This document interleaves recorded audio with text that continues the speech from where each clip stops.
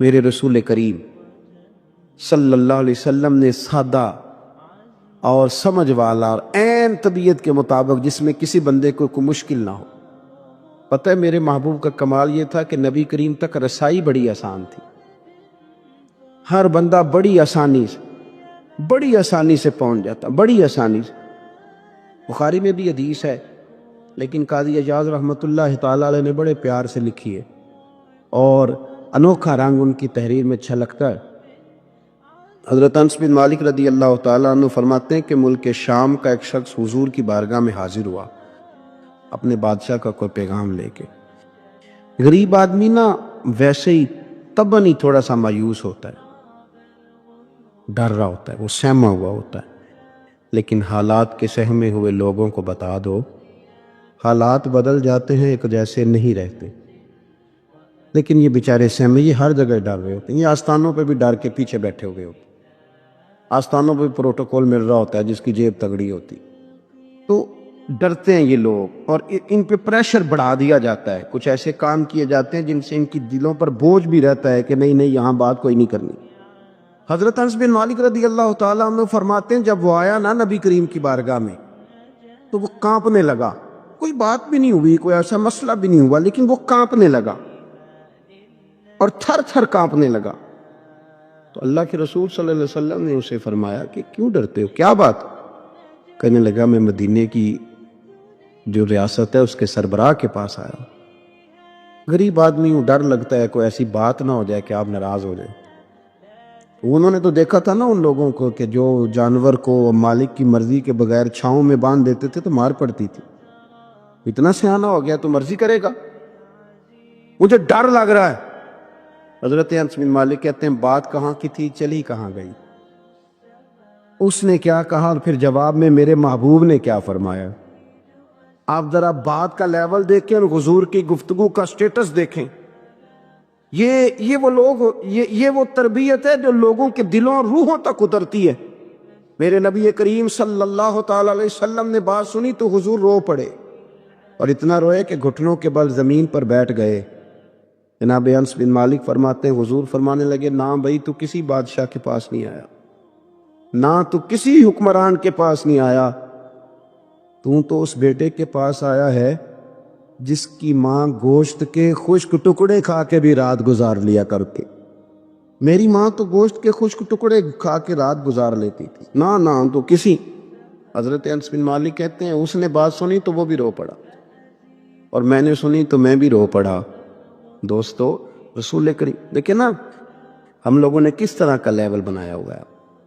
ابھی تک وہ جو دولت کا رٹا ہے تھوڑا بہت وہ ابھی تک چلتا ہے.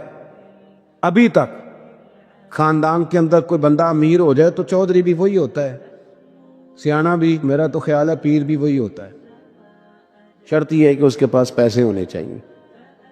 وہی شیخ ہوتا ہے، سارا کچھ وہی ہوتا ہے.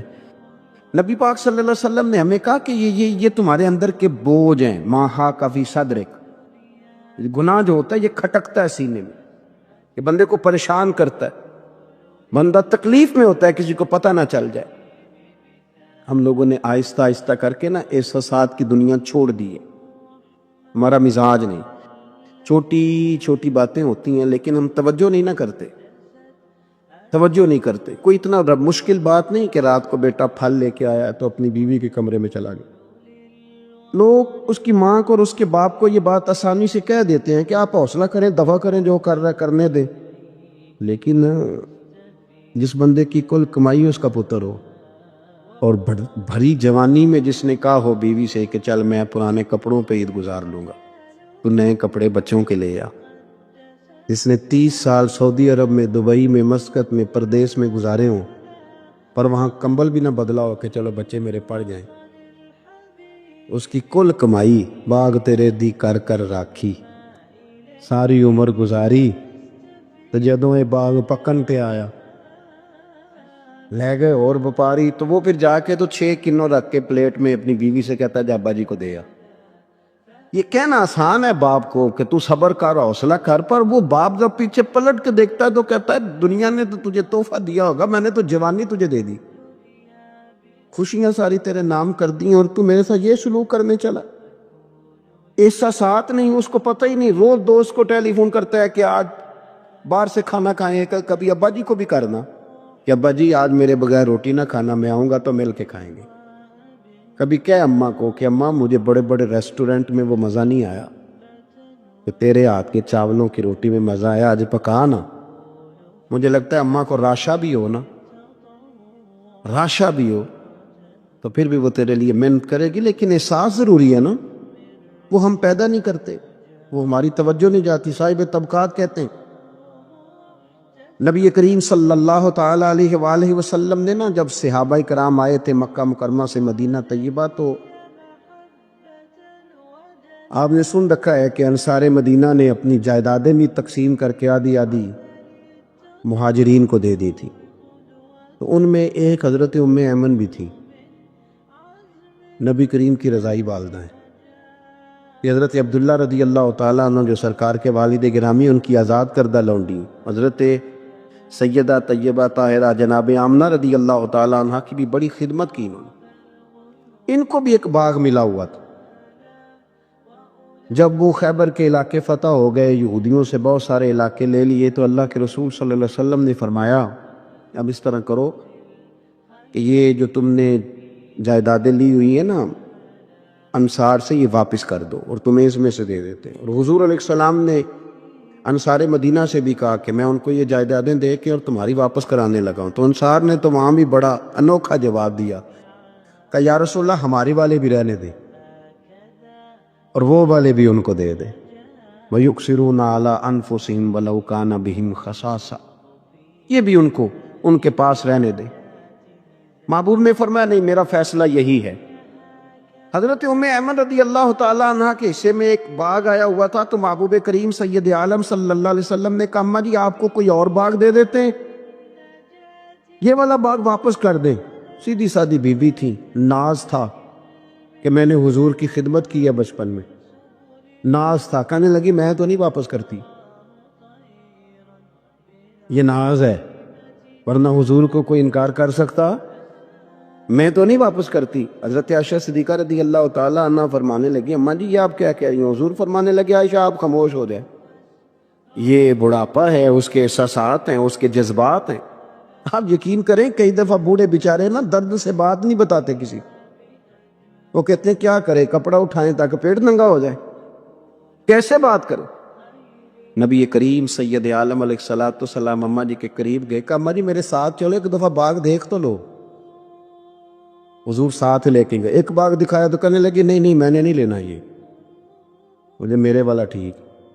حضور نے پھر دوسرا دکھایا، کہنے لگی یہ بھی نہیں مجھے پسند۔ محبوب نے تیسرا دکھایا تو کہنے لگی یہ تو میرے والے باغ سے بھی پیارا ہے، یہ میں لے لوں گی۔ جب وہ مسکرائیں تو حضرت عائشہ کہتی ہیں میں نے حضور کی آنکھوں میں آنسو دیکھے، فرمایا الحمدللہ اس کا دل نہ راضی ہو گیا ہے۔ یہ طریقہ ہے میرے عزیز، تھوڑے احساسات تو پیدا کریں۔ دین اسلام اپنے ماننے والوں کو یہ سبق دیتا ہے کہ دنیا میں زندگی ضرور گزاریں، اللہ تعالیٰ کی عطا کردہ نعمتوں سے نفع ضرور اٹھائیں، اچھا لباس پہنیں، اچھا کھانا کھائیں، رزق اگر حلال ہو تو اچھا گھر بنائیں، لیکن دنیا سے دل نہیں لگانا، اپنی طبیعت کے اندر صرف دنیا کے مال کی محبت ہی کو جگہ نہیں دینی۔ کمر سیدھی رکھنے کے لیے کھانا کھایا جاتا ہے اور ستر چھپانے کے لیے لباس پہنا جاتا ہے اور سر چھپانے کو چھت بنائی جاتی ہے۔ مقصد زندگی روٹی کھانا نہیں، مقصد حیات اعلیٰ لباس پہننا نہیں، اسی میں کھو جانا، اسی میں زندگی گزار دینا، اور ہر وقت مال کو کیسے بڑھانا ہے، شہرت کیسے حاصل کرنی ہے، دنیا میں نام کیسے کمانا ہے، اس میں پوری طرح اپنے آپ کو ملوث کر لینا، الجھ جانا، یہ انسان کو تاریک رستوں میں لے جاتا ہے۔ سب سے بڑا نقصان یہ ہوتا ہے کہ دل سخت ہونے لگ جاتا ہے، مفاد پرستی کی وجہ سے انسان صرف لالچ کے ساتھ انسانوں سے پیار کرتا ہے، اس کے اخلاص کے رشتے آہستہ آہستہ ختم ہونے لگتے ہیں۔ اور اسے خود محسوس ہوتا ہے کہ یار میری زندگی کوئی خاص معنی نہیں رکھتی، میں ایک ایسا شخص ہوں جس کا کام ہی صرف پیسہ کمانا ہے، جس کا کام ہی صرف دنیا میں نام پیدا کرنا ہے، کوئی معنویت نہیں، حساسیت نہیں، کیفیات سے خالی ہو جاتا ہے بندہ۔ اللہ تعالیٰ نے قرآن مجید کے اندر اس حقیقت کو بیان کیا، ارشاد فرمایا المال والبنون زینت الحیات الدنیا، فرمایا مال اور اولاد یہ جیتی دنیا کا سنگھار ہے۔ مال اور بیٹے، مال اور اولاد یہ حسن ضرور ہیں، پر جب تک بندہ زندہ ہے اتنی دیر تک۔ یہ جتنی آپ اور میں خود اندازہ کر لیں کہ زندگی کتنی کو لمبی ہے اور کتنی کو لمبی ہوتی ہے آج کا، فرمایا یہ اتنی دیر تک زینت ہے جب تک انسان زندہ ہے، والباقیات الصالحات، اور فرمایا باقی رہنے والے تو نیک عمل ہیں۔ جو چیزیں باقی رہیں گی، جن کا اجر ملے گا، جو قیامت میں سامنے آئیں گی، وہ صالحات ہیں۔ والباقیات الصالحات خیر عند ربک، اور فرمایا باقی رہنے والی جو اچھی باتیں ہیں، جو اچھا عمل ہے، اس کا ثواب تمہارے رب کے پاس ہے، اور صرف ثواب نہیں، ثوابا و خیر عملا، اور وہ بڑی ہی بہتر چیز ہے جو اللہ کی بارگاہ میں، وہ بہترین تحائف ہے تمہارے لیے جو قیامت میں ملے گی۔ نبی کریم صلی اللہ تعالی علیہ وسلم نے لوگوں کے سامنے دنیا کی بے ثباتی کو بیان فرمایا۔ حضور نے اپنے غلاموں کو یہ سبق دیا ہے کہ تم تھوڑی دیر کے لیے دنیا میں آئے ہو، اور اپنے لیے بھی سرور کائنات علیہ السلام نے یہی پسند فرمایا، فرمایا میں کوئی تمہاری دنیا سے نفع اٹھانے نہیں آیا، تھوڑی دیر وقت گزارنے، ڈیوٹی کرنے آیا ہوں، پھر اللہ کے حضور چلے جانا ہے۔ اور امت کو بھی یہ سبق دیا کہ مسافروں کی طرح، راہگیروں کی طرح تم نے وقت گزارنا ہے۔ تم نے اس طرح کا ماحول نہیں بنانا کہ تم سمجھو کہ صرف ایک ہی جہان ہے، اس کے بعد معاذ اللہ کوئی زندگی ہی نہیں ہے۔ ایک زندگی اس کے بعد ہے، مرنے کے بعد جو اللہ تعالیٰ جنت میں بندے کو انعامات عطا کرے گا، اس کے لیے جد و جہد کرنی۔ حضرت مولا علی شیر خدا رضی اللہ تعالیٰ عنہ روایت فرماتے دو قسم کے بیٹے ہوتے ہیں، ایک دنیا کا بیٹا ہوتا ہے، ایک آخرت کا بیٹا ہوتا ہے۔ فرمایا دنیا کے بیٹے نہ بننا، آخرت کے بیٹے بننا۔ اور نبی کریم علیہ السلام نے فرمایا وہ لعنتی ہے جو درہم و دینار کا بندہ بن گیا۔ بندہ تو اللہ کا بننا چاہیے تھا، لیکن اس نے لعنت کٹھی کی ہے، یا درہم کا بندہ بن گیا یا دیناروں کا بندہ بن گیا، یعنی مال دولت سونا چاندی اس کا بندہ بن گیا، حالانکہ اسے اللہ کا بندہ بننا چاہیے۔ اتنا اپنے آپ کو لالچی کر لینا، اتنا حریص کر لینا کہ مطلب سارا کچھ ہی دولت بن گئی، ہر چیز کو دولت کے نقطہ نظر سے دیکھنا شروع کر دیا۔ اس قدر زیادہ لوگ الجھ گئے کہ قرآن مجید نے کہا الہاکم التکاثر حتی زرتم المقابر، فرمایا تمہیں غافل کر دیا ہے مال کے لالچ نے، یہاں تک کہ تم نے قبروں کے منہ دیکھ لیے، یعنی مرتے دم تک صرف پیسہ اکٹھا کیا ہے، صرف اور صرف اپنی ذات کے فروغ کے لیے، اپنے میک اپ کے لیے، اپنے آپ کو بنانے سنوارنے دکھانے نام پیدا کرنے میں وقت ضائع کر دیا۔ اور یہ بہت بڑا مسئلہ ہے ہمارے دور کا، ہم اپنے ذاتی قد کو اونچا کرتے رہتے ہر وقت، میرا نام ہو جائے، کو پتہ چل جائے کوئی، اور سیانے بندے، معاملہ فہم بندے، مدبر آدمی، ایسا نہیں کہ بیوقوف ہے، سمجھدار ہے، لیکن بیچارے تصویروں کے چکر میں پڑے ہوئے ہیں، فوٹو بازی کر رہے ہیں۔ آپ حیران ہوں گے کہ ہماری قوم ایک طرف یہ ہے کہ لوگ بیچارے بلوں کے لیے پریشان ہیں کہ ان کے پاس ادا کرنے کو پیسے نہیں، اور دوسری طرف ہمارے پاس اتنا پیسہ ہے کہ صرف بڑے سارے بورڈ پر ہم نے بڑی ساری ایک فلیکس لگوائی ہے جس کی کوئی ضرورت نہیں تھی، اس پہ عید مبارک لکھا ہے، اور مسئلہ عید مبارک کا نہیں تھا، وہ جو جس کی نیچے فوٹو لگی تھی نا، اس نے ذرا دکھانا تھا کہ میں بھی یہاں رہتا ہوں۔ یہ کیا ہے بھلا؟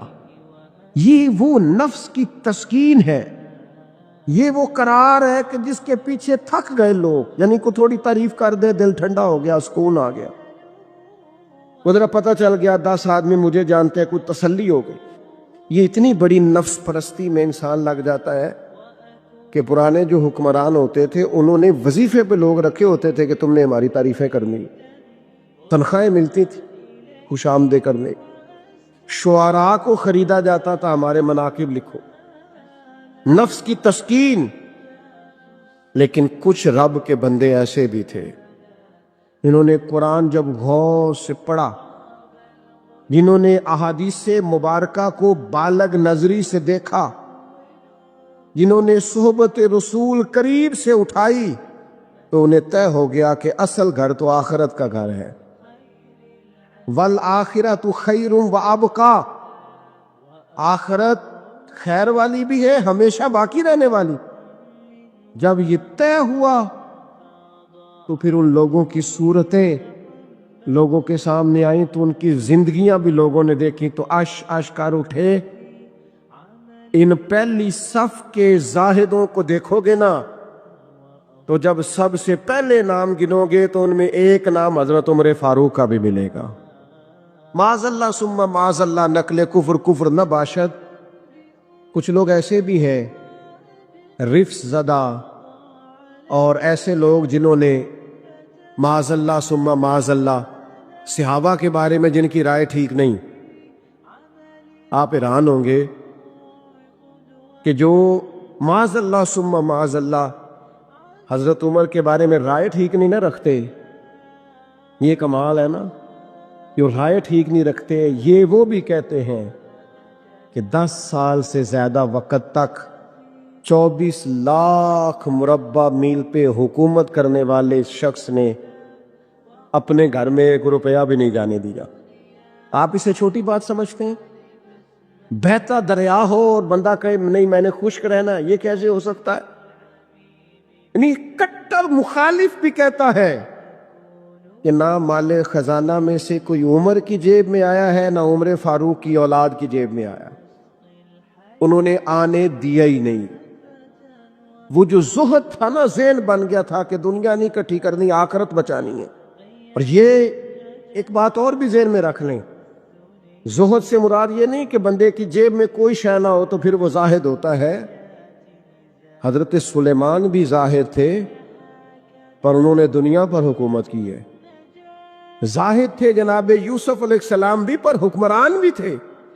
کوئی نہیں ملے گا اتنا بڑا زاہد جتنے بڑے زاہد اور پرہیزگار حضرت عثمان غنی تھے، پر گھر میں لاکھوں کروڑوں پڑے رہتے تھے۔ پیسہ ہونا اور بات ہے، لیکن دل پیسے سے لگا ہونا یہ اور بات ہے۔ حضرت عمر رضی اللہ تعالیٰ عنہ کی زندگی ساری پڑھ لو اور غور سے پڑھ لو، معاذ اللہ کوئی ناقدانہ انداز میں بھی پڑھ لے، مخالف آئے میدان میں، ایک بات ماننی پڑے گی کہ دائیں بائیں آگے پیچھے دولتیں پھرتی رہیں، پر فاروق اعظم کی نظر کو دولت لبھا نہیں سکی۔ ان کا دھیان سیدھا یا بیت اللہ شریف کی طرف رہا ہے یا گنبد خضرا والے معبود کی طرف رہا ہے۔ حضرت سعد بن ابی وقاص رضی اللہ تعالیٰ عنہ کا ایک قول ہے، اور درجنوں بیسیوں سینکڑوں باتوں اور کتابوں کا نچوڑ ہے۔ حضرت سعد بن ابی وقاص رضی اللہ تعالیٰ عنہ بیان کرتے ہیں، مصنف ابن ابی شیبہ میں موجود ہے۔ حضرت سعد بن ابی وقاص کہتے ہیں مجھے اللہ کی قسم عمر کوئی ہم سے مقدم آدمی نہیں تھے، لیکن درجہ بہت زیادہ لے گئے۔ کو پہلے نہیں آئے، ان سے پہلے بھی لوگ آئے، کوئی زیادہ آگے بڑھ کے زیادہ کام نہیں کیا۔ یہ صحیح سند سے مصنف ابن ابی شیبہ میں موجود ہے۔ حضرت سعد بن ابی وقاص کہتے ہیں اللہ کی قسم ایک بات تھی، اس کی وجہ سے عمر صاحب سے آگے نکل گئے۔ حضور وہ کیا؟ فرمانے لگے عمر نے دنیا داری سے دل نہیں لگایا، مال سے، لالچ سے، ہرس سے، ہوس سے دور رہے عمر۔ ان کی دنیا سے بے رغبتی ان کو آگے لے گئی۔ اور یارو دانش مندان دا کام نہیں، دل دنیا تے لانا، اس ووٹی تے لاکھ خامد کیتے۔ درویش سے پوچھا، حضور کہنے لگے حضور یہ زمین میری ہے، تو ہنس پڑے، کہنے لگے تیرے سے پہلے کس کی تھی اور تیرے بعد کس کی ہوگی؟ دانش مندہ دا کم نہیں، دل دنیا تے لانا، اس ووٹی تے لاکھ خامد کیتے، جو کیتا سو کھانا۔ تو کھا جاتی ہے، روز نیا خامد کرتی ہے یہ دنیا، ہر روز نیا حکمران بناتی ہے۔ آپ کے ملک میں کئی وزیر اعظم ہیں جو زندہ ہے، پوچھتا کوئی نہیں، کئی صدور رہ چکے ہیں، زندہ ہے، پوچھتا کوئی نہیں۔ دنیا کا جو سب سے بڑا عہدہ تھا بظاہر وہ ملا ہے، لیکن حال کیا ہے؟ کچھ بھی نہیں۔ جب تک کرسیوں پہ تھے حیثیت اور تھی، کرسی تے اترے تو حیثیت۔ حضرت عمر کی زندگی کا بڑا سبق یہ ہے کہ دنیا سے بے رغبت ہو جاؤ، جو تمہارا ہے بس وہی تم نے حاصل کرنا ہے۔ آنے والی نسل کو بھی ہرس، ہوس، لالچ، مفاد پرستی پہ نہ لگاؤ۔ آپ نے ناراض نہیں ہونا، چند دن پہلے مجھے ایک یونیورسٹی میں بلایا گیا لیکچر کے لیے، تو کہنے لگے جی مین آپ نے بات چھیڑنی ہے، بالکل مین، آخر کیا وجہ ہے کہ پڑھے لکھے سمجھدار اتنی بڑی ڈگریاں اور پھر لوگ غلط طرف نکل جاتے ہیں؟ تو میں نے کہا مجھے زیادہ تو نہیں پتا، لیکن ہم جب پڑھتے تھے نا تو جس بچے سے پوچھتے تھے نا، زیادہ بچے یہی کہتے تھے بڑے ہو کے کیا بنو گے؟ کہتے میں نے ڈاکٹر بننا ہے اور مخلوق کی خدمت کرنی ہے، زیادہ تر یہی کہتے تھے۔ وہ بڑے ہو کے ڈاکٹر تو بن گئے پر اگلا لفظ بھول گئے، ڈاکٹر بن گئے وہ، لیکن مخلوق کی خدمت کرنی ہے یہ وہ۔ پھر انہوں نے چونکیاں رکھی ہیں 2-3، ایک پہ فیس جمع کرا لو، ایک آگے آ جاؤ، یہ اتنے پیسے مشورے کے ہیں، یہ پھر دعائی بھی وہاں سے لینا جہاں سے میں نے کہی ہے، ٹیسٹ بھی اس لیبارٹری سے کرانا جو سب کی بات نہیں کرتا، لیکن جو ہے وہ بہرحال ہے۔ خدا را کہیں تو دنیا داری چھوڑ دو، کسی مقام پر تو اس کو چھوڑ دو۔ نبی پاک علیہ السلام پہ اتنی مصیبتیں آئیں کہ پہاڑ پہ آتی تو وہ ریزہ ریزہ ہو جاتے، لیکن کسی مقام پر بھی حضور علیہ السلام شکوہ کرتے نظر نہیں آتے۔ ہم غریبی کا رونا روتے ہیں، ہر چوتھا آدمی کہتا ہے بڑا غریب ہوں، لیکن میرے نبی پاک علیہ السلام نے چوتھے دن کھجور کھائی، سرکہ کھایا ہے، اور موٹے بان کی چارپائی پہ آرام کیا ہے۔ حضرت عمر نے کہا حضور کتنی تکلیف ہے؟ فرمایا عمر کوئی تکلیف نہیں، تھوڑا سا تو وقت ہے، جنت میں جائیں گے، ساری نعمتیں اللہ نے ہمارے لیے تیار کی ہوئی ہے، راضی بالرضا، راضی بالرضا، کوئی کسی قسم کا مسئلہ۔ ہمیں آزمائشیں آتی ہیں، تکلیفیں آتی ہیں، بیماریاں آتی، لوگ چھوٹی چھوٹی بات پر پریشان ہو جاتے، ذرا سی بات پر شکوہ کرتے۔ میرے رسول پاک علیہ السلام نے فرمایا جب میرا رب کسی کو بیمار کرتا ہے تو 2 فرشتوں کو بھیجتا ہے، جاؤ میرے بندے کی تیمارداری کر کے آؤ۔ اللہ اکبر، خود رب بھیجتا ہے، جاؤ میرے بندے کی۔ تو مجھے بتائیے جب اللہ بھیجے تو پھر تندرست خوش نصیب ہوا کہ بیمار؟ جی تندرست پھر خوش نصیب کون ہوا؟ میرے نبی پاک صلی اللہ علیہ وسلم نے فرمایا رب 2 فرشتے بھیجتا ہے، فرماتا ہے پتہ کر کے آؤ میرے بندے کا اس کا کیا حال ہے، حالانکہ اللہ سارے جانتا ہے۔ فرشتے آتے واپس جاتے، رب کریم پوچھتے ہیں بتاؤ میرا بندہ کیا کہتا تھا؟ اللہ تجھے سارا ہی پتہ ہے، پر ہم سے پوچھتے تو بتا دیتے ہیں۔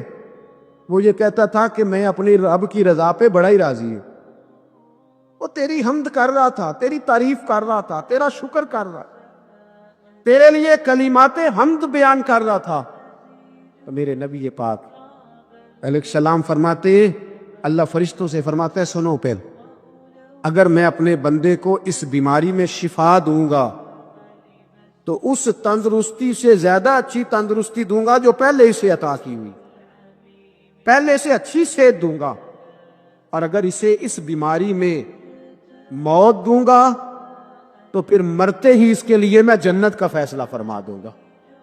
بھائی جب تو راضی بالرضا رہتا ہے، راضی بالرضا، بڑی سادی سی بات ہے بھائی، آپ گھر گئے روٹی مانگی تو اگر کسی نے کہا نا کہ اتنی تھکاوٹ ہے ٹائم پہ آیا کرے اس وقت، تو روٹی تو وہ بھی مل گئی اور اس میں لذت ہے، وہ سکون نہیں، وہ سکون نہیں۔ میری اماں جی سالن پکا کے رکھ لیتی تھی تو روٹی جب بھی کوئی مانگتا تھا تو تازی بنا کے دیتی، ان کی طبیعت تھی۔ تو میں اکثر ان سے کہتا کہ اماں جی پکا کے رکھ دیا کرو، کہتے تمہیں خوشی نہیں ہوتی جب تمہاری اماں تازی پکا کے دیتی ہے؟ خوشی ہوتی ہے، طبیعت میں خوشی ہوتی ہے۔ ان کا مزاج تھا، ذوق تھا، تو ہم سمجھتے تھے یار یہ بڑی سعادت کی بات۔ تو آپ گھر گئے رات کو تو گھر والوں سے کہا روٹی، تو فوراً اٹھے، فوراً، اور انہوں نے کھانا تازہ بنایا اور ساتھ یہ بھی کہا باہر سے نہ کھایا کرے، بندہ بیمار ہو جاتا ہے۔ کتنی ٹھنڈک پہنچتی آدمی کے دل کو، سکون ملتا۔ تو بھائی بیماری تو آپ نے کاٹ لی، لیکن ساتھ کہو ہو بڑا بیمار ہوں، میں نے تو اتنے گناہ بھی نہیں کیے، ظلم بھی نہیں کیا، کسی کو کچھ بھی۔ اب بیماری تب بھی کٹ گئی، پر بڑی آزمائش، مریض ڈاکٹر کے گلے پڑ رہا ہے، اس کے لواحقین جھگڑے کر رہے ہیں، بیماری وہ بھی کٹ گئی۔ اور ایک بیمار وہ ہے جو چارپائی پہ لیٹا ہے اور کہتا ہے جس طرح میرا اللہ راضی اسی طرح میں بھی راضی، تو بیماری اس کی بھی کٹ گئی۔ حضرت یونس علی نبینا علیہ الصلوۃ والسلام نے ایک دن حضرت جبریل امین ملنے آئے تو جناب یونس علیہ السلام کہنے لگے اے جبریل، اللہ کے نیک بندوں میں جو اللہ کو اس وقت سب سے زیادہ پسند ہے نبیوں کے بعد، توجہ کرنا بات کا، جو سب سے زیادہ اللہ کو پسند ہے نبیوں کے بعد ولیوں میں، اور سب سے زیادہ اللہ جس کو اللہ کی بارگاہ میں عبادت گزار لکھا جاتا ہے، میری اس بندے سے ملاقات کراؤ۔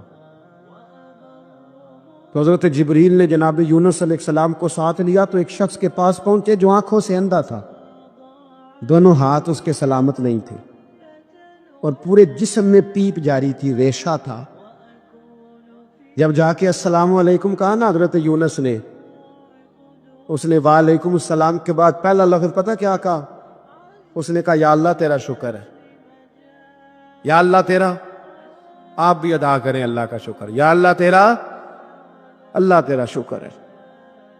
حضرت یونس علیہ السلام کہنے لگے تو شروع سے اس طرح کا ہے، نابینا بھی اور ہاتھوں سے معذور بھی اور سارا جسم شروع سے؟ تو بڑے ہی خوبصورت لفظ اس بیمار نے کہے، کہنے لگے نہیں حضور میں بالکل ٹھیک ٹھاک تھا، جب تک میرے رب نے چاہا کہ یہ دنیا کو دیکھے تو تب تک اس نے مجھے آنکھیں دیں، اور جب اس نے چاہا کہ اب اس کا دیکھنا بہتر نہیں تو اس نے واپس لے لی۔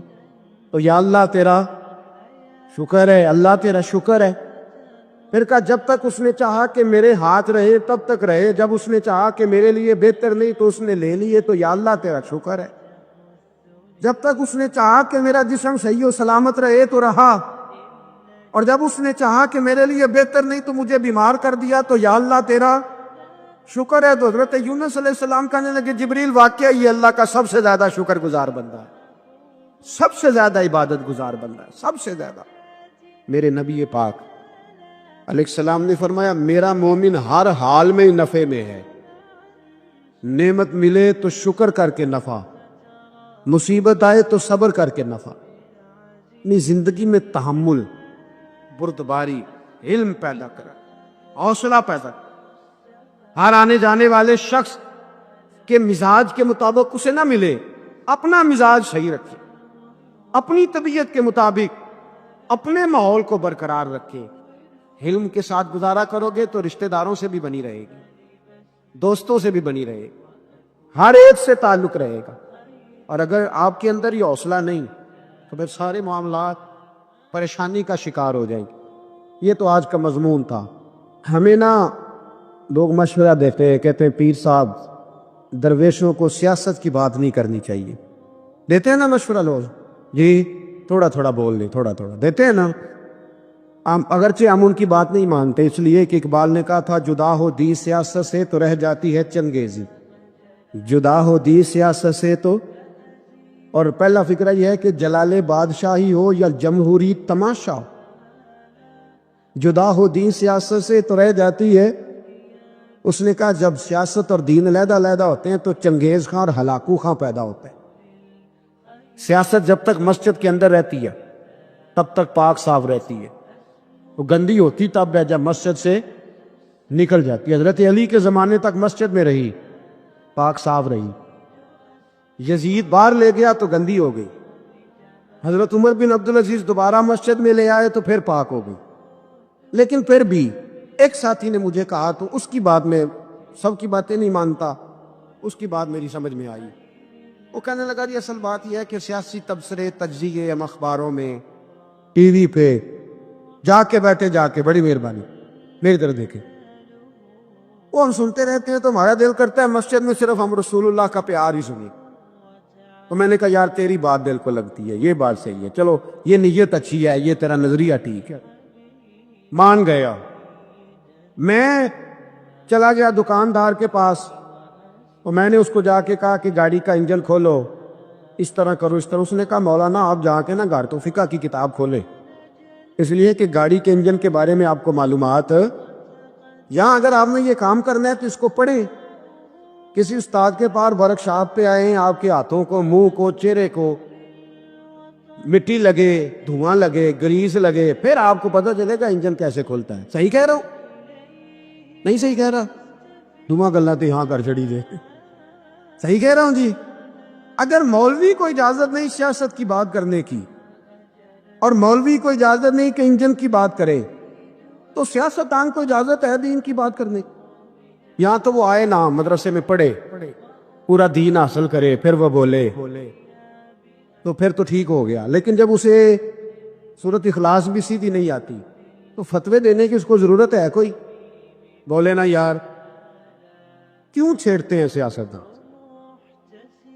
ہم نا پچھلے جمعے جلوس نکالنا چاہ رہے تھے ختم نبوت کی ترمیم کے حوالے سے، حکومت وقت نے کہا کہ ہم واپس لیتے ہیں، تو میرے بہت سارے دوستوں نے کہا جی نکالنا چاہیے، انہوں نے کیا کیوں؟ میں نے کہا یار ہم لوگوں کو بھی پریشان نہیں کرنا چاہتے، ہماری اپنی سڑکیں ہیں، کسی کو بس ٹھیک ہے، انہوں نے واپس لے لی تو بات ختم ہو گئی، ہم مان گئے، تسلیم کر لیا۔ اتنا ہمارا مطالبہ ہے کہ اس آدمی کو ضرور سزا دو جس نے یہ ترمیم کی ہے، لیکن ہم نہیں کرتے کوئی نہیں نکلے، نہیں نہ نکلے، بولے ہیں تو وزیر قانون صاحب کو کیا مصیبت بنی ہوئی ہے نیا فتویٰ دینے کہ ہے کوئی شوق نہیں دینا چاہیے فتویٰ؟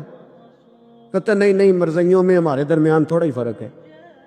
مجھے یوں لگتا ہے کہ یہ جان بوجھ کر کوئی نہ کوئی ایسی شرارت کرتے جس سے لوگ اشتعال میں رہا، جان بوجھ۔ حلم، حوصلہ، صبر ذات کے بارے میں تو ہے، لیکن اگر کوئی رسول پاک کی بے ادبی کرے تو پھر حوصلے کی بات تو ہے ہی نہیں، پھر تو جہاد کی بات ہے۔ اور میں دیانتداری سے مسجد میں باوضو بیٹھ کر جمعے کے دن مشورہ دیتا ہوں حکومت کو اور وزیر قانون کو مشورہ دیتا ہوں کہ نہ فرعون کی حکومت ساری زندگی رہی، نہ نمرود رہا، نہ جاج بن یوسف رہا، نہ یزید رہا، اور یار درباری بن کے حکمرانوں کی چاپلوسی کرتے کرتے تم یہاں تک آ گئے ہو کہ اب نبی پاک کی عزت کو ہاتھ ڈالنا شروع کر دیا ہے۔ اور آپ یقین کریں سیاسی جماعتوں کا اتنا برا حال ہے کہ ان کے لیڈر کے بارے میں کوئی بات کرے تو پاگل ہو جاتے ہیں یہ احتجاج کر کر کے، اور اس نے ڈائریکٹ کہہ دیا کہ ختم نبوت کا مسئلہ ہی کوئی نہیں، جو دین کی بنیاد ہے، کسی کو پرواہ نہیں۔ مجھے تو ان لوگوں کی فکر ہو رہی ہے جن لوگوں نے انہیں ووٹ دیے ہیں، وہ اللہ کو کیا جواب دیں۔ اور یہ اللہ ماشاءاللہ ساری سیاسی جماعتیں اس طرح کی۔ اور میرا وزیر قانون صاحب کو بھی مشورہ ہے کہ زندگی بڑی تھوڑی ہے، بڑی تھوڑی، اللہ سب کو معاف کرتا ہے، اپنے رسول کے غداروں کو معاف نہیں کرتا۔ اور یہاں تمہاری گاڑیوں پہ جھنڈے لگے ہوئے ہیں، وہاں بھی تمہارے جھنڈے لگیں گے، پر اسی یہ لگیں گے کہ یہ غدار ہیں ناموس رسالت کے، یہ جھنڈے لگیں۔ شرم کرو اور ڈر جاؤ، بس کر دو، تمہارے منہ میں اب دانت پورے نہیں رہے۔ کوئی شوگر کا مریض ہے تو کوئی بلڈ پریشر کا، تو کوئی ہارٹ کا، تو کوئی کینسر کا۔ شرم کرو اور اپنی قبر کی بھی تھوڑی سی فکر کرو۔ بتاؤ پاکستان کے کتنے صدر گزرے، وزیر اعظم گزرے، تو ان کی قبریں کہاں ہیں؟ کوئی جاتا ہے ان کی قبروں پہ؟ کسی کو خبر ہے؟ کیوں اپنے لیے جہنم کچھی کرتے؟ سارا کچھ دنیا داری رہ گئی ہے، سارا کچھ صرف یہی رہ گیا۔ حضرت ابو بکر سردار تھے، حضرت عمر سردار تھے قبیلے، حضرت عثمان سردار تھے، انہوں نے سرداریوں کو ٹھوکر مار کے رسول اللہ کے قدموں میں بیٹھنا پسند کی، سرداریاں چھوڑ کے غلام بن گئے۔ تم سرداریاں بچانے کے لیے رسول اللہ کی غداری کرتے ہو، شرم نہیں آتی؟ داتا صاحب نے لکھا ہے کشف المحجوب میں کہ اللہ تعالیٰ کی بارگاہ میں حضرت موسیٰ علیہ السلام نے عرض کیا تھا، مالک تیرے بندے اگر تجھے ڈھونڈنا چاہے تو کہاں ملے گا؟ تو اللہ کریم نے فرمایا، جن لوگوں کے دل لوگ توڑ نہیں دیتے میں ان ٹوٹے دلوں میں ملا کرتا ہوں۔ تیرا آئینہ ہے وہ آئینہ کہ شکستہ ہو تو عزیز تر ہے نگاہ آئینہ ساز میں۔ جب لوگ تانے دیتے ہیں، جب لوگ تکلیف دیتے ہیں، جب آپ بالکل ٹھیک چل رہے ہوتے ہیں، جب آپ محنت کر رہے ہوتے ہیں، جب آپ مخلص ہوتے، جب آپ جد و جہد کر کر کے تھک جاتے ہیں، اور لوگ جب پوری طور پر تانا زنی کرتے، باتیں سننے کو جب ملتی ہے، میں دیانتداری سے کہتا ہوں جب لوگ پوری طرح دل توڑ دیں، پھر کوئی سجدے کا مزہ ہے؟ پھر کوئی دعا کی لذت ہے؟ پھر کوئی چسکا ہے اس کی بارگاہ میں حاضری کا؟ پھر کوئی تڑپ پیدا ہوتی ہے اس کیفیت میں؟ وہ جب لوگ آپ کو پوری طرح تکلیف دے اور سارے اسباب ظاہری ختم ہو جائے، وہ جو لذت ہے نا اللہ کی بارگاہ میں جڑنے کی، وہ تعریف والوں کو کئی دفعہ نصیب ہے۔ ٹوٹے دلوں میں تو رب ملتا ہے، نہ بچا بچا کے تو رکھ اسے، تیرا آئینہ ہے وہ، یہ شکستہ ہو تو عزیز تر ہے نگاہ آئینہ ساز میں۔ میرے عزیز طے کریں کہ اپنے ضمیر کے مطابق فیصلے ہوں گے، اللہ رسول کی رضا پانے کا کام ہوگا، اور اس تعریف سے نکل آئیں گے ہم کہ لوگ ہمارے بارے میں کیا کہتے ہیں۔ میں عرض کر چکا ہوں کہ داتا علی اجویری رحمت اللہ علیہ فرماتے ہیں کہ نبی پاک علیہ السلام کو صادق کہتے ہیں، امین کہتے ہیں، صلہ رحمی کرنے والا کہتے ہیں، اور جب کہا لا الہ الا اللہ پڑھو تو پھر جادوگر، پھر معاذ اللہ شاعر، پھر کچھ۔ اچھا وہ یہ سارا کچھ کہتے رہے تو کیا حضور شام کو بیٹھ کے حضرت صدیق اکبر کے پاس یا گھر میں سیدہ ختیجہ کے پاس یہ تبصرے کرتے تھے معاذ اللہ کہ دیکھو جی لوگ بات ہی نہیں سنتے، دیکھو توجہ ہی نہیں کرتے، دیکھو مجھے جادو؟ حضور یہ تبصرے کرتے تھے؟ وہ جس طرح بچہ آگ کے قریب بار بار جاتا ہے اور ماں ہاتھ پکڑ پکڑ کے روکتی نہیں، غصہ نہیں کرتی، اس کا خیال ہوتا ہے اسے پتہ ہی نہیں یہ جل جائے گا، یہ رات کو بیٹھ کے تبصرے نہیں ہوتے، بلکہ اللہ کا قرآن کہتا ہے لَعَلَّكَ بَاخِعٌ نَفْسَكَ، اے محبوب کیا آپ اپنی جان پر کھیل جائیں گے؟ اللہ یکون مؤمنین، اس بات پر کہ یہ ایمان کیوں نہیں لاتے؟ حضور آپ نے تو جان کی بازی لگا دی گویا، اتنی محنت کرتے ہیں، اتنی محنت کرتے ہیں، یہ اللہ کا قرآن ہے، وہ جادوگر کہتے جا رہے ہیں، ساحر کہتے جا رہے ہیں، اور حضور جان کی بازی لگا کر دین بتاتے جا رہے ہیں۔ یہ مزاج ہے کہ آپ ان لوگوں کے بیچ کھڑے ہو کر انہی کی خیر کی بات کریں، انہی کے حق میں بھلے کی بات کریں جو آپ پر تانا زنی کر رہے ہیں۔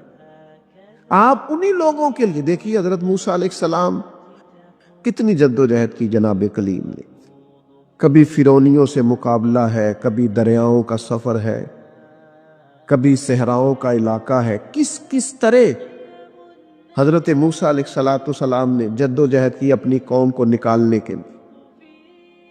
آپ قرآن مجید کھولیں، جگہ جگہ حضرت کلیم علیہ السلام کا ذکر ملے گا، کبھی وہ پانی کا مطالبہ لے کے آ گئے، کبھی کچھ لے کے آ گئے، دن رات حضرت موسیٰ علیہ السلام انہیں فرعونیوں سے نجات دلانا چاہتے ہیں، لیکن وہ کتنی ذہنی اذیت دیتے ہیں۔ آپ تاریخ پڑھ کے دیکھیں، کبھی وہ ان سے کہا گائے ذبح کرو تو پوچھتے ہیں رنگ کیسا ہو، بچڑی ہو کہ جوان ہو۔ کبھی حضرت موسیٰ علیہ السلام کے بارے میں معاذ اللہ ثم معاذ اللہ یہاں تک انہوں نے کہہ دیا کہ آپ نے تو اپنے بھائی حضرت ہارون کو قتل کر دیا ہے۔ یہاں تک کہ ایک عورت کو کہا جا کے جناب حضرت موسیٰ پہ الزام لگا دو۔ کبھی وہ کہتے ہیں کہ معاذ اللہ آپ اتنا اپنے آپ کو پردوں میں چھپا کے رکھتے ہیں، کیونکہ حضرت کلیم بڑے حیادار تھے، اللہ کے سارے نبی حیادار ہوتے، تو وہ کہتے تھے لگتا ہے جسم پہ معاذ اللہ ثم معاذ اللہ کوئی عیب ہے، کبھی کوئی بات، کبھی کوئی بات، کبھی کوئی بات۔ لیکن آپ حضرت کلیم کو دیکھیں، وہ جہاں بھی رب کی بارگاہ میں عرض کرتے ہیں اپنی امت کی خیر ہی مانگتے ہیں، وہ اپنی قوم کی خیر ہی مانگتے ہیں، وہ اللہ کی بارگاہ میں یہی عرض کرتے ہیں مالک ان کے لیے ہدایت کے راستے واضح فرما۔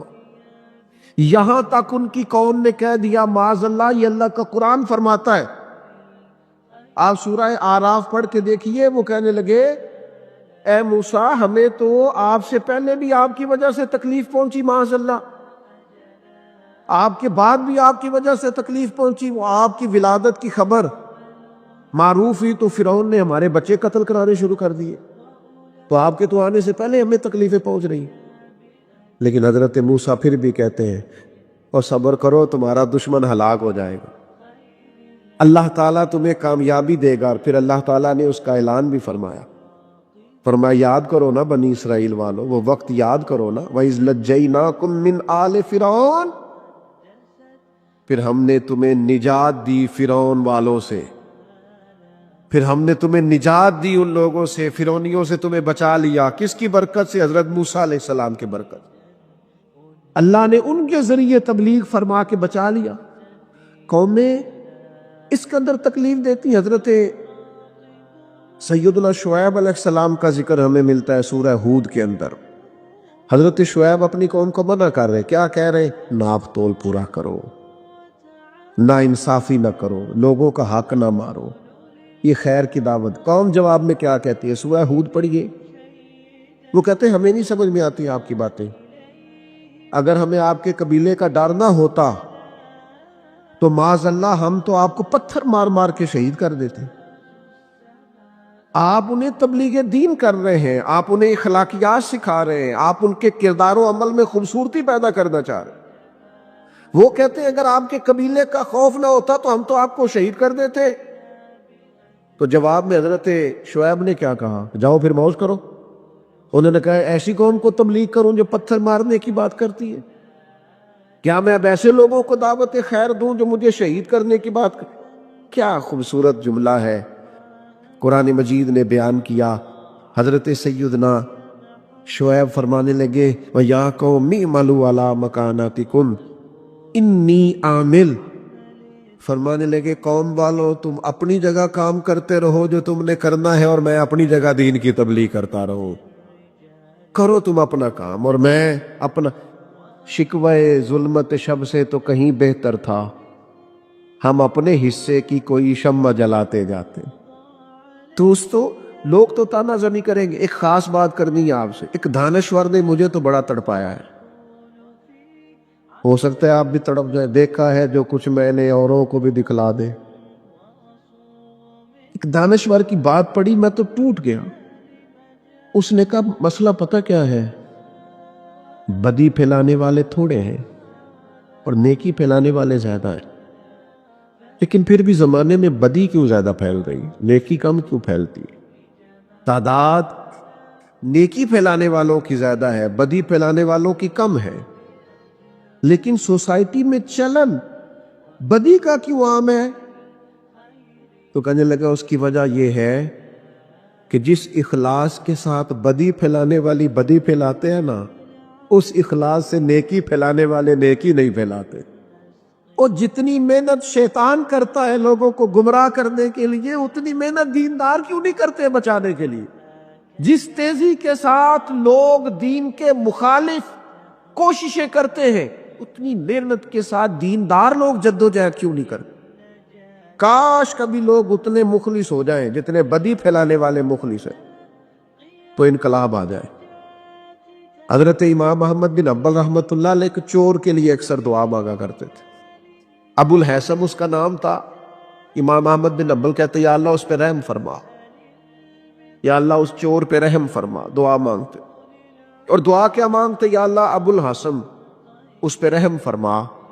ایک دن آپ کے بیٹے نے پوچھا کہ حضور لوگ بڑے پریشان ہیں کہ آپ چور کے لیے دعا مانگتے اور اس کے لیے اللہ کی رحمت طلب کرتے ہیں۔ تو امام احمد بن حنبل نے بڑی انوکھی بات کی، کہنے لگے اس چور نے مجھے حوصلہ بڑھا دیا۔ آپ فرمانے لگے دین کی ایک بات کرنے کی وجہ سے جب مجھے بادشاہ نے گرفتار کیا اور مجھے تھانے لے جایا گیا اور کوتوال مجھے بند کر رہا تھا، تو میں دیندار آدمی تھا، ساری زندگی پڑھنے پڑھانے والا تھا۔ سارے مجرم نہیں جیلوں میں جاتے، جیلوں میں تو حضرت یوسف علیہ السلام جیسے لوگ بھی رہے ہیں۔ فرماتے ہیں مجھے لے جایا جا رہا تھا تو کچھ کیفیات تھی کہ لوگ کہیں گے جناب جیل میں۔ ارشاد فرماتے ہیں کہ میں ابھی کوتوال مجھے تھانے لے کے گیا کہ وہ چور آیا اور آ کے کہنے لگا امام صاحب زمانہ جو مرضی کہے، میں جانتا ہوں آپ کی غلطی کوئی نہیں، آپ نے حق بیان کیا ہے۔ کہنے لگا حضور میں چور ہوں،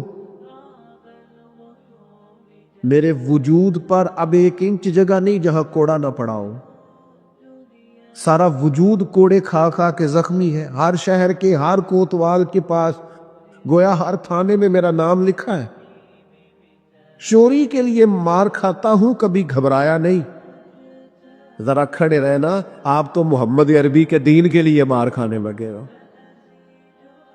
اتنی جلدی تانوں سے پریشان نہ ہونا۔ فرمایا ذرا کھڑے رہنا، اتنی جلدی تانوں سے پریشان نہ ہونا۔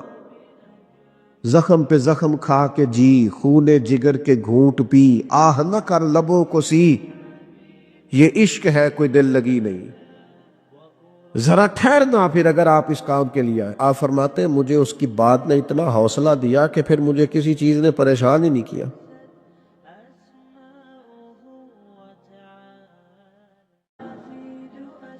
حضرت غوث اعظم صمدانی شیخ عبد القادر جیلانی رضی اللہ تعالیٰ عنہ ارشاد فرماتے ہیں کہ تو جہاں بھی ہو نا اپنی سوچ کو عاجزی والی بنا۔ آپ فرماتے ہیں اگر تیری عمر زیادہ ہے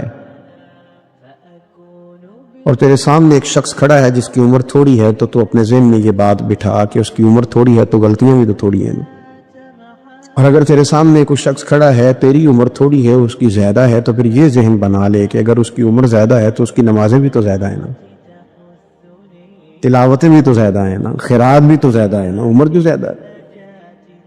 اور اگر تو ان پڑھ ہے اور تیرے سامنے عالم کھڑا ہے تو اس ترتیب سے عاجزی پیدا کر لے کہ وہ چونکہ عالم ہے تو میں تو بہت سارے کام اپنی جہالت کی وجہ سے غلط کر لیتا ہوں، لیکن وہ عالم ہے تو اپنے علم کی بنیاد پر یقیناً وہ مجھ سے زیادہ خیر کٹھی کر رہا ہے۔ اور اگر تو عالم ہے اور تیرے سامنے جاہل کھڑا ہے تو پھر بھی تو اپنی طبیعت میں عاجزی لا اور تو یہ ذہن بنا کہ وہ اگر کوئی غلطی کرے گا بھی تو اپنی جہالت کی وجہ سے کرے گا، تو مجھے تو پتہ ہے سارا، ایسا نہ ہو کہ میرا گناہ ڈبل لکھ دیا جائے۔ اب جہاں ہیں جس ترتیب سے ہیں اس ترتیب سے ہی اپنی طبیعت کے اندر عاجزی لائیں۔ نبی پاک صلی اللہ تعالی علیہ وسلم نے فرمایا، حضرت عبداللہ ابن مسعود رضی اللہ تعالیٰ عنہ حدیث کے راوی ہیں، حضور نے فرمایا جس کے دل میں رائی کے دانے کے برابر بھی تکبر ہوا وہ شخص جنت میں نہیں جائے گا۔ تو عرض کی یا رسول اللہ صلی اللہ علیہ وسلم، ایک آدمی اچھا لباس پہنتا ہے، اچھا بن کے رہنا چاہتا ہے، صاف ستھرا بن کے رہنا چاہتا ہے، کیا یہ بھی تکبر ہے؟ سرکار نے فرمایا نہیں، اللہ تو خوبصورت ہے، خوبصورتی کو تو پسند فرماتا ہے۔ تو یا رسول اللہ صلی اللہ علیہ وسلم پھر تقسیم کس طرح کریں، تکبر کے مفہوم کو کیسے سمجھیں؟ تو 2 باتیں نبی پاک علیہ السلام نے ارشاد فرمائی، سارے عنوان کو ان 2 باتوں میں سمجھا جا سکتا ہے۔ محبوب فرمانے لگے تکبر تو یہ ہے کہ بندہ حق قبول نہ کرے اور دوسرے بندوں کو اپنوں سے حقیر سمجھے۔ اگر تیرا کوئی بھی کمال قبول حق میں رکاوٹ بن گیا تب تو متکبر ہے، اور اگر کسی بھی مقام پر جا کر تو کسی کو حقیر سمجھنے لگ گیا پھر تو متکبر ہے۔ ورنہ اچھا لباس پہننے سے بندہ متکبر نہیں ہوتا، اچھی گاڑی میں بیٹھنے سے بندہ متکبر نہیں ہوتا، اچھے گھر میں رہنے سے بندہ متکبر ہے، بلکہ حضرت باجید بستامی رحمۃ اللہ علیہ تو یہاں تک فرماتے ہیں کہ میں نے بہت بڑے بڑے مکانوں میں درویش بستے دیکھے، اور میں نے بڑے بڑے جبوں کے اندر تکبر کو ملاحظہ کیا، غرور دیکھا میں نے وہاں۔ عزیز دوستو، اپنے ذہنی سطح اس طرح کی بنائی جائے کہ مزاجوں میں ٹھہراؤ رہے، طبیعتوں میں۔ ہمیں نا 2-3 چیزیں بڑا پریشان کرتی ہیں۔ بعض لوگ ایسے ہیں جو کسی بڑی برادری میں جس کو وہ بڑا سمجھتے ہیں، باقی تو اللہ کو پتہ ہے نا بڑا کون ہے۔ کسی بڑے قبیلے میں جس کو دنیا میں بڑا گردانا جاتا ہے، اس میں اگر وہ پیدا ہو گئے نا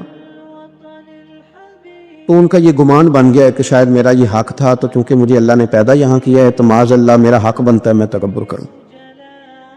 بار بار اپنے لفظوں میں، جملوں میں، اپنے رویوں میں اس بات کا وہ اظہار کرتے ہیں۔ کچھ لوگوں کو اللہ تعالیٰ دولت دیتا ہے، دولت اگر محنت سے ملتی تو سب سے زیادہ مزدور کے پاس ہوتی، کیونکہ وہ سب سے زیادہ محنت کرتا ہے۔ یہ تو خدا کے فضل سے ملتی، اب جس کو مل جاتی ہے وہ سمجھتا ہے مجھے ملنی ہی چاہیے تھی، ملنی چاہیے تھی، اب وہ کسی تکبر کا شکار ہو جاتا ہے۔ حالانکہ مالک بڑا بے پرواہ ہے۔ صبح کے تخت نشین شام کے مجرم ٹھہرے، ہم نے پل بھر میں نصیبوں کو بدلتے دیکھا۔ 1 منٹ لگتا ہے، انسان کمزور ہو جاتا ہے۔ تو لوگ دولت کے زور پر اپنے آپ کو تکبر کا شکار کر لیتے ہیں، اور بعض لوگوں کو اللہ تعالیٰ اپنے فضل سے علم عطا کرتا ہے، اور اس سے مراد صرف دینی علم ہی نہیں۔ اگر کسی کے پاس کوئی دنیاوی ڈگری ہے، دنیاوی، میں بڑے ادب سے عرض کروں گا، میں بڑے زمانے سے کچھ نہیں تو مجھے 20 سال ہو گئے ڈاکٹروں کا چکر لگاتے۔ والد صاحب بیمار تھے، والدہ بیمار تھی، خود جانا پڑا، کبھی بچوں کو لے کے جانا پڑا۔ میں نے لہجوں میں بعض جگہ پہ غرور دیکھا، لہجوں میں، یعنی ڈاکٹر کے 2 میٹھے بول نہ بندے کی طبیعت ٹھیک کر دیتے ہیں، لیکن وہ اس کے لہجے میں، اب چونکہ وہ ڈاکٹر ہے، وہ جناب مجھے تکلیف ہے، میں ذرا جلدی چیک کرانا ہوں، سب کو تکلیف ہی ہوتی ہے، سارے تکلیف سے جاتے ہیں، باہر بیٹھو دیکھ لیتے ہیں۔ علم اس کا نام ہے کہ دوسروں کو جاہل سمجھا جائے؟ علم اس کا نام ہے کہ آپ کو شعور ہی نہ آئے؟ علم تو آگہی سکھاتا ہے۔ اگر کوئی عالم ہو کر اپنی ماں کے پیر نہیں دباتا تو پھر اس کے علم نے اسے کچھ بھی نہیں سکھایا، اس کے علم نے اسے کچھ بھی نہیں بتایا۔ اگر عالم ہو کر اپنے باپ کا حیا نہیں کرتا تو پھر یہ کورس ہیں، اس نے لفظ سیکھے ہیڑے ترچے، اسے سمجھ ہی نہیں آئی لوگوں سے پیار کیسے کرنا تھا۔ آپ کی چیزیں آپ کے اندر روشنی پیدا کریں، آپ کا شعور آپ کو تازہ کرے، لیکن نا جتنا پھل زیادہ لگ گیا ٹہنی اتنی جھک گئی۔ حضرت عبداللہ بن عمر رضی اللہ تعالیٰ عنہ اور حضرت عبداللہ بن عمر دونوں بیٹھے تھے۔ ایک صحابی ہیں عبداللہ بن عمر بن عاص رضی اللہ تعالیٰ عنہ، اور ایک سیدنا فاروق اعظم کے بیٹے ہیں جن کو عبداللہ بن عمر کہا جاتا ہے، دونوں بیٹھے تھے۔ عبداللہ بن عمر اٹھ کے چلے گئے تو عبداللہ بن عمر نے رونا شروع کر دیا، دیر تک روتے رہے۔ اللہ کرے کسی کو کوئی ایسا یار ملے جسے مل کے بندہ روئے۔ ایک باری میریاں اکھیاں چوں انہاں نے اتھرو پونجے سن، ہن تے چسکا پہ گیا رونے دا، تے ہر ویلے آہو زاری دا۔ وہ چلے گئے اور انہوں نے رونا شروع کر دیا، روتے جا رہے ہیں۔ بچوں نے کہا کیوں روتے ہو؟ کہنے لگے یار وہ عجیب بات بتا گیا ہے۔ وہ کہتا میں نے حضور علیہ السلام سے خود سنا ہے کہ جس کے دل میں رائی کے دانے کے برابر تکبر ہو جنت میں نہیں جائے گا۔ روتا ہوں، انسان ہوں، کبھی کوئی بات ہو ہی جاتی ہے، کبھی کوئی پریشانی ہو ہی جاتی ہے، پھر اپنے ارد گرد والوں سے کہنے لگے دعا کرو رب عاجزی کی توفیق دے دے، اللہ بڑے بول سے بچا لے۔ عزیز بھائیوں، مزاجوں کے اندر حضرت شیخ سعدی رحمت اللہ، میں نے کچھ لوگوں کو دیکھا ہے اگر کوئی نیک کام کر لیتے ہیں نا تو پھر وہ کہتے ہیں چونکہ میں نے کیا لہذا ساری دنیا فوراً یہ کرے۔ آپ یہ کیوں نہیں سمجھتے کہ رب نے آپ کو توفیق دی ہے تو آپ عاجز ہو جائیں اللہ کے بندے، آپ عاجزی اختیار کریں۔ وہ کہتے ہیں چونکہ میں کرتا ہوں لہذا میں اب اتنا بڑا آدمی ہوں تو فلانے بندے تو ٹھیک ہی نہیں۔ حضرت سعدی شیرازی کہتے ہیں کہ تہجد کا ٹائم تھا، پرانے زمانے میں نا لوگ مسافر اکثر رات مسجدوں میں آ کے گزارتے تھے، تو کہتے ہیں مسجد میں لوگ سوئے ہوئے تھے سارے، تہجد کا ٹائم تھا، میں تہجد کی نماز پڑھ رہا تھا، میرے والد بھی ساتھ تھے، تو میں نے اپنے ابا جی سے کہا کہ دیکھو کتنے بد نصیب ہیں، نفلوں کا ٹائم ہے اور یہ سوئے ہوئے ہیں، کتنے بد نصیب ہیں، میں تہجد پڑھ رہا ہوں، اللہ اللہ کر رہا ہوں، یہ سوئے ہوئے ہیں۔ تو فرماتے ہیں میرے والد کہنے لگے کاش تو بھی سویا ہی رہتا، لوگوں کے کپڑے تو نہ پھاڑتا، کاش تو بھی، تیرا سونا ہی بہتر تھا، اس تہجد سے تو سویا ہی رہتا تو بہتر، کپڑے تو نہ پھاڑتا لوگوں کے۔ اور خدا کے بندے اگر تو نے پڑھی ہے تو تیرا اور رب کا رشتہ ہے، اس کی بنیاد پر تو دوسروں کو حقیر جاننے لگ گیا ہے، اس کی بنیاد پر۔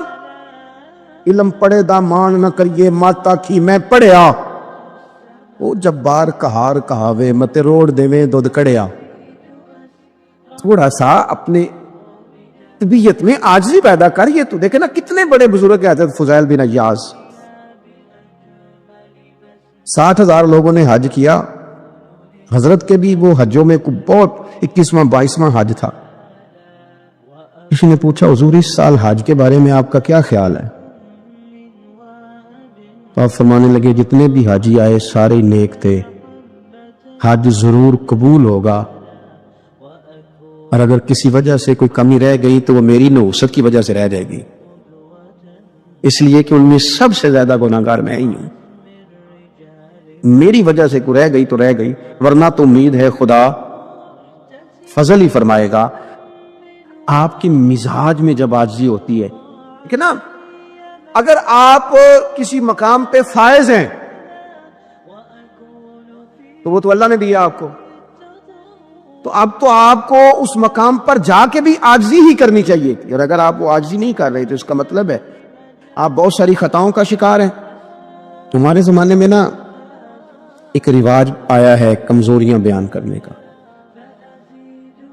اور کمزوری اکثر وہ بندہ بیان کرتا ہے جو اپنے آپ کو کچھ سمجھتا ہے۔ لوگ ایک دوسرے کی کمزوریاں ڈسکس کرتے ہیں، بلکہ پہلے تو لوگ لوگوں کی کمزوریاں بیان کرتے تھے، اب جماعتیں جماعتوں کی کمزوریاں بیان کرتی، اب پارٹیاں پوری پارٹیوں کی کمزوری بھی۔ بات اتنی اجتماعیت تک چلی گئی کہ سوچے محدود سے محدود تر ہو گئی۔ اللہ تعالیٰ نے ایک دفعہ حضرت موسیٰ کلیم اللہ علیہ السلام سے فرمایا کہ آپ کی قوم میں جو سب سے نیک آدمی ہے نا اسے ڈھونڈ کے میری بارگاہ میں لائیں۔ حضرت موسیٰ علیہ السلام نے نا جس کو سب سے زیادہ نیک سمجھتے تھے اسے اللہ کے حضور پیش کیا، مالک یہ سب سے زیادہ نیک ہے، جسے حضرت موسیٰ کلیم نیک کہیں، وہ کتنا کو نیک ہوگا، یا اللہ یہ نیک ہے۔ حضرت موسیٰ علیہ السلام سے رب کریم نے فرمایا اب اس بندے کی ڈیوٹی لگاؤ کہ یہ اس قوم میں جو سب سے گناہگار ہے وہ بندہ ڈھونڈ کے لائے۔ اگر یہ ڈیوٹی ہماری لگتی تو پھر تو اللہ خیر کرے، سارے گناہگار تھے ماں سوائے میرے، خدا مجھے ایسی خدائی نہ دے کہ اپنے سوا کچھ دکھائی نہ دے۔ جناب اس کی ڈیوٹی لگائیں، حضرت موسیٰ کی گواہی ہے یہ سب سے زیادہ نیک ہے، اس کی ڈیوٹی لگائیں، یہ سب سے گناہگار بندہ ڈھونڈ کے لائے۔ آپ نے ڈیوٹی لگا دی تو عرض کرنے لگے حضور 3 دن کی مہلت دے، میں بندہ ڈھونڈتا ہوں۔ 3 دن 3 راتیں گزر گئیں، آنے کا وقت آیا تو اسی نے ایک آدمی نے کیا کیا، اپنے گلے میں رسی ڈالی اور اپنے ہی ہاتھ سے پکڑ کے لا کے حضرت موسیٰ کلیم کے دست مبارک میں دے کے کہا حضور 3 دن کوشش کی ہے، سب سے زیادہ گناہگار میں ہی ہوں، برے بندے تو میں لبن ٹریا تے جاگت تے ملیا نہ کوئی، تے اپنے اندر چاتی پائی تے میں تھوں برا نہ کوئی، میں ہی ہوں۔ تو حضرت موسیٰ کلیم علیہ السلام فرمانے لگے یہ تو نے کس طرح تجزیہ کیا؟ عرض کی حضور بعض لوگوں کی نا چھوٹی موٹی کوتاہیاں میرے سامنے تھیں، اس پر میں نے غور کیا، لیکن ان کی غلطیاں یقینی نہیں تھیں، میرا گمان ہی تھا، پورا مجھے یقین نہیں تھا کہ یہ غلطیاں ہیں، لیکن جو میری غلطیاں تھیں ان کا مجھے پورا یقین تھا کہ یہ ہیں۔ کسی کی غلطیاں میرے سامنے یقینی نہیں تھی، اپنی کوتاہیاں میرے سامنے یقینی تھیں، اور جو زیادہ یقینی چیزیں تھیں نا اس پر جب میں نے غور کیا تو پھر میں سمجھا کہ اس بستی میں سب سے گناہگار میں ہی ہوں۔ آپ مجھے نا بتائیں اب میرے لیے آپ نے کیا کرنا ہے؟ جناب موسیٰ وہیں کھڑے تھے تو رب کریم نے حضرت موسیٰ سے کلام فرمایا، وہی فرمائی، فرمایا میرے کلیم اس کو جو سب سے زیادہ فضیلت ملی ہے وہ نمازوں کی وجہ سے نہیں ملی، یہی اس کی عاجزی ہے، جس کی وجہ سے رب نے سب سے زیادہ فضیلت عطا فرمائی۔ یہ اس کے ذہن کے اندر بات ہے جس سبب سے اللہ تعالیٰ نے اسے یہ اعزاز دیا۔ تھوڑا سا نا چیزوں کو سمجھا جائے. فرمایا کچھ لوگ ایسے ہیں وَمِنْهُمْ مَنْ يَقُولُ رَبَّنَا آتِنَا فِي الدُّنْيَا حَسَنَةً. اچھا انہوں نے دنیا بھی مانگی تو صرف دنیا مانگی، حسنہ نہیں مانگی. اور یہاں فرمایا کچھ لوگ ایسے ہیں جو رب سے کہتے ہیں یا اللہ ہمیں دنیا میں بھی بھلائی عطا فرما، دنیا بھی دے تو حسنہ دینا، وہ دنیا دینا جو ہمارے دین کو تقویت دے، وہ دنیا دینا جو ہمارے اعمال حسنہ کو مضبوط کرے، دینی معاملات کو تقویت دے. دنیا بھی وہی عطا فرما.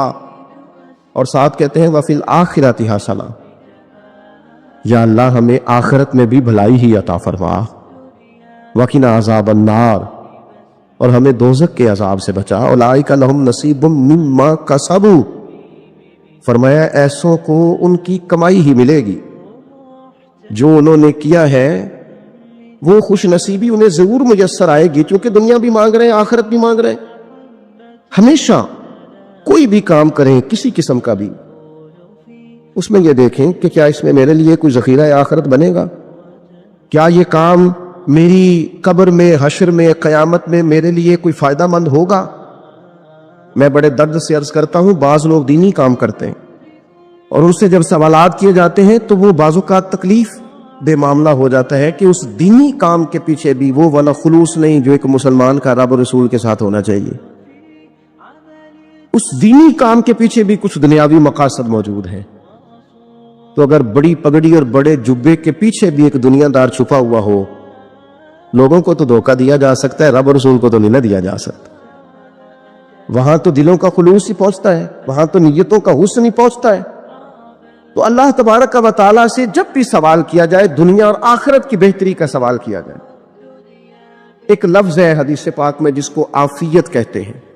ترمذی شریف میں حضرت سیدنا عباس بن عبد المطلب رضی اللہ تعالیٰ عنہ آپ کی روایت موجود ہے. فرماتے ہیں میں نبی پاک صلی اللہ تعالیٰ علیہ وسلم کی خدمت عالی مرتبت میں حاضر ہوا تو میں نے عرض کی یا رسول اللہ صلی اللہ تعالیٰ علیہ وسلم مجھے ایسی چیز بتائے جو میں اپنے رب سے مانگوں.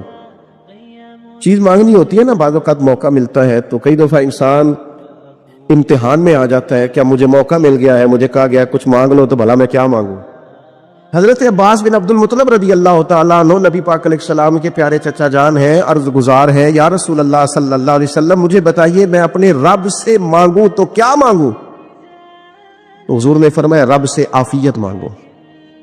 کہتے میں کچھ دن رکا، کچھ دنوں کے بعد پھر حاضر بارگاہ ہوا اور عرض کی یا رسول اللہ صلی اللہ تعالی علیہ وسلم مجھے بتائیے میں اپنے مالک سے مانگوں تو کیا مانگوں. حضور نے پھر فرمایا اللہ سے مانگنا تو عافیت مانگنا. بزرگ فرماتے ہیں یہ عافیت کیا ہے؟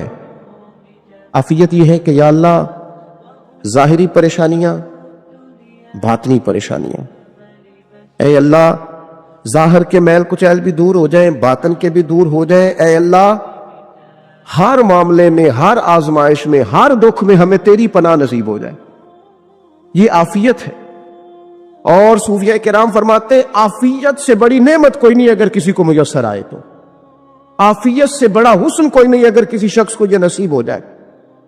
اور ایک اللہ والے نے تو ایک اور بڑا خوبصورت ترجمہ یہاں کیا ہے، وہ کہتے ہیں عافیت کا مطلب ہے دل کا قرار، عافیت کا مطلب ہے باطن کا سکون، عافیت کا مطلب ہے انسان کے مزاج کا حوصلہ، ٹھنڈک، بردباری. جس بندے کو عافیت نصیب ہو جاتی ہے گویا اللہ اسے سکون کی دولت عطا فرما دیتا ہے. تھوڑے پیسوں میں بھی سکون، بغیر شہرت کے بھی سکون، کوئی بات مان لے تب بھی سکون، کوئی دھتکار دے پھر بھی سکون، لوگوں کی گڈ بک میں ہو پھر بھی سکون.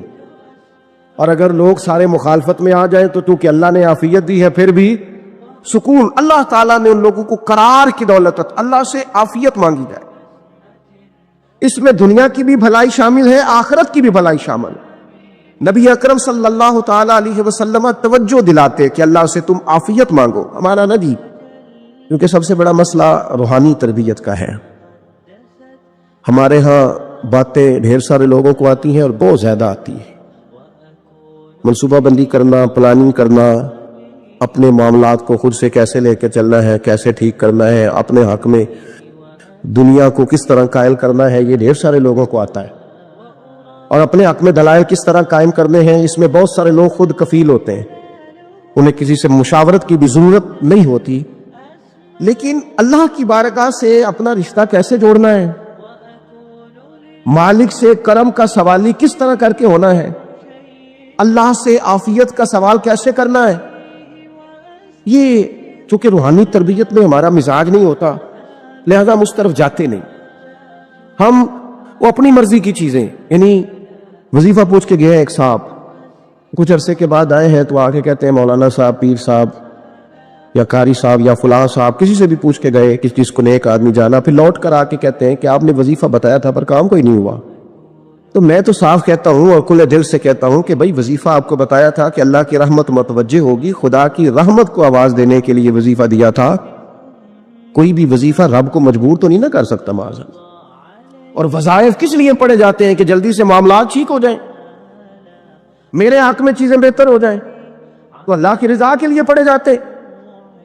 تو وظائف کو، عبادات کو، نوافل کو، تلاوت کو، درود پاک کو تو رضا الہی کا ذریعہ بنانا چاہیے.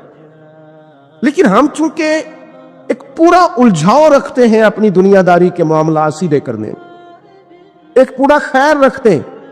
وہ لوگ ملتے رہتے ہیں مختلف بزرگوں کی نسبت کے تعلق سے، تو بعض جگہوں پہ بعض وہ بڑے تیز ہوتے ہیں، یعنی ان سے آپ کی ملاقات ہوتی ہے تو بندے کو محسوس ہوتا ہے کہ یار اسے تو پہلے ساری باتوں کو پتہ ہے، اور کئی دفعہ ان سے ملنے کے بعد احساس ہوتا ہے کہ یار اس سے تو تھوڑا سیکھ ہی لیتے تو بہتر تھا، یہ تو بات بڑی آگے نکل گئی. سارا پتہ ہوتا ہے، باشعور ہوتے ہیں، لیکن ڈر آتا ہے اللہ سے. اتنا باشعور آدمی، سمجھدار، پنچایت، پریا، لوگ، دین، دنیا سارا پتہ ہے، نماز کا ٹائم آ گیا تو وہ چھپتا پھرتا ہے. اس کی طبیعت پر بوجھ بن رہا ہے معاذ اللہ اللہ کے حضور حاضر ہونا، اسے خیر کا کام کرنا پڑ رہا ہے تو وہ ادھر ادھر نکلتا جا رہا ہے. تو سوال یہ ہے کہ پھر یہ شعور کا کیا مطلب رکھا ہوا ہے ہم نے؟ پھر اللہ سے دعا کرنے کی ضرورت نہیں. وہ حضرت عارف رومی رحمۃ اللہ تعالیٰ علیہ فرمایا کرتے تھے بعض لوگوں کو رب سارا کچھ دیتا ہے، سجدے کی توفیق نہیں دیتا. اس کا مطلب یہ ہے کہ وہ کہتا ہے یہ سارا کچھ لے اور نکل جا، میرے گھر نہ آنا، رکھ سارا کچھ پاس. رب سے عافیت مانگی جائے، اس سے اس کا فضل مانگا جائے، اس سے اس کا کرم مانگا جائے. اللہ کے پیارے رسول صلی اللہ تعالی علیہ وآلہ وسلم اس عافیت مانگنے پر زور دیتے، توجہ دیتے. اللہ میری توبہ بھی تیرے لیے رہے، میری نیکی بھی تیرے لیے رہے، مجھے لوگوں کا اچھا نہیں تیرا اپنا بنا دے. اسے یاد آیا غوث اعظم کی وصیت نصیحت میں تقوی، حلال اور دل کی نگہبانی کی کتنی سخت تاکید ہے، اور یہ بھی کہ دنیا کی چمک سے دھوکہ مت کھانا. اس رات حامد نے طے کیا آج سے وہ اپنی ہر کمائی پر ایک سوال لکھے گا، یہ حلال ہے، اور اپنی ہر نیکی پر دوسرا سوال، یہ اخلاص ہے. حلال کا امتحان جب حرام بچاؤ بن کر آتا ہے. اگلی صبح بازار میں ایک افواہ پھیلی، حامد کا کاروبار گر رہا ہے. سلمان منشی نے آتے ہی حساب دکھایا، مالک اس مہینے گھاٹا ہے، اگر ایسے ہی چلا تو دکان بند کرنی پڑے گی. حامد نے رجسٹر بند کیا. سلمان گھاٹا کس چیز کا ہے؟ سلمان بولا پیسے کا. حامد نے کہا اور فائدہ کس چیز کا؟ سلمان چڑھا فائدہ بھی پیسے کا. حامد نے بہت سادگی سے کہا نہیں، فائدہ روح کا بھی ہوتا ہے. سلمان ہنسا، روح سے گھر نہیں چلتا مالک. حامد نے پہلی بار سلمان سے سختی نہیں، صاف صاف بات کی. گھر روٹی سے چلتا ہے لیکن روح کے بنا گھر نہیں رہتا. اسی دن ایک بیاپاری آیا، نام تھا ابراہیم. وہ بولا حامد تمہیں ایک آسان سودا دیتا ہوں، مال سستا ملے گا، بس تھوڑی سی ملاوٹ چلانی ہوگی. سب کرتے ہیں. حامد کی نسوں میں پرانی عادت نے دستک دی. سب کرتے ہیں، لیکن اب اس کے دل میں دوسرا ترازو تھا. اس نے ابراہیم سے کہا میں اب سب کا حصہ نہیں، میں اپنے رب کا بندہ ہوں. ابراہیم نے تانا مارا تو بھوکے مرنا. حامد نے جواب دیا بھوک پیٹ کی ہو تو سہ لوں گا، بھوک ایمان کی ہو تو میں مر جاؤں گا. ابراہیم چلا گیا. سلمان نے غصے میں کہا آپ نے بڑا موقع گنوا دیا. حامد نے دھیمے سے کہا موقع نہیں، سلمان جال تھا. غوث اعظم کی صلاح وصیت میں حلال کھانے اور حرام سے بچنے پر جو زور ہے، اسی کا اثر حامد کے فیصلوں میں اتر رہا تھا. اب اس نے طے کیا ہر جمعرات دکان کا پہلا منافع بھلے کم ہو خدمت میں جائے گا. لیکن اس نے ایک شرط رکھی، کوئی ڈھول نہیں، کوئی اعلان نہیں، کوئی نام نہیں. کیونکہ اسے یاد آیا دل کو واہ واہ کی عادت لگ جائے تو عبادت بھی کاروبار بن جاتی ہے. رشید نے پوچھا لوگ جانیں گے نہیں تو تمہیں ثواب کیسے ملے گا؟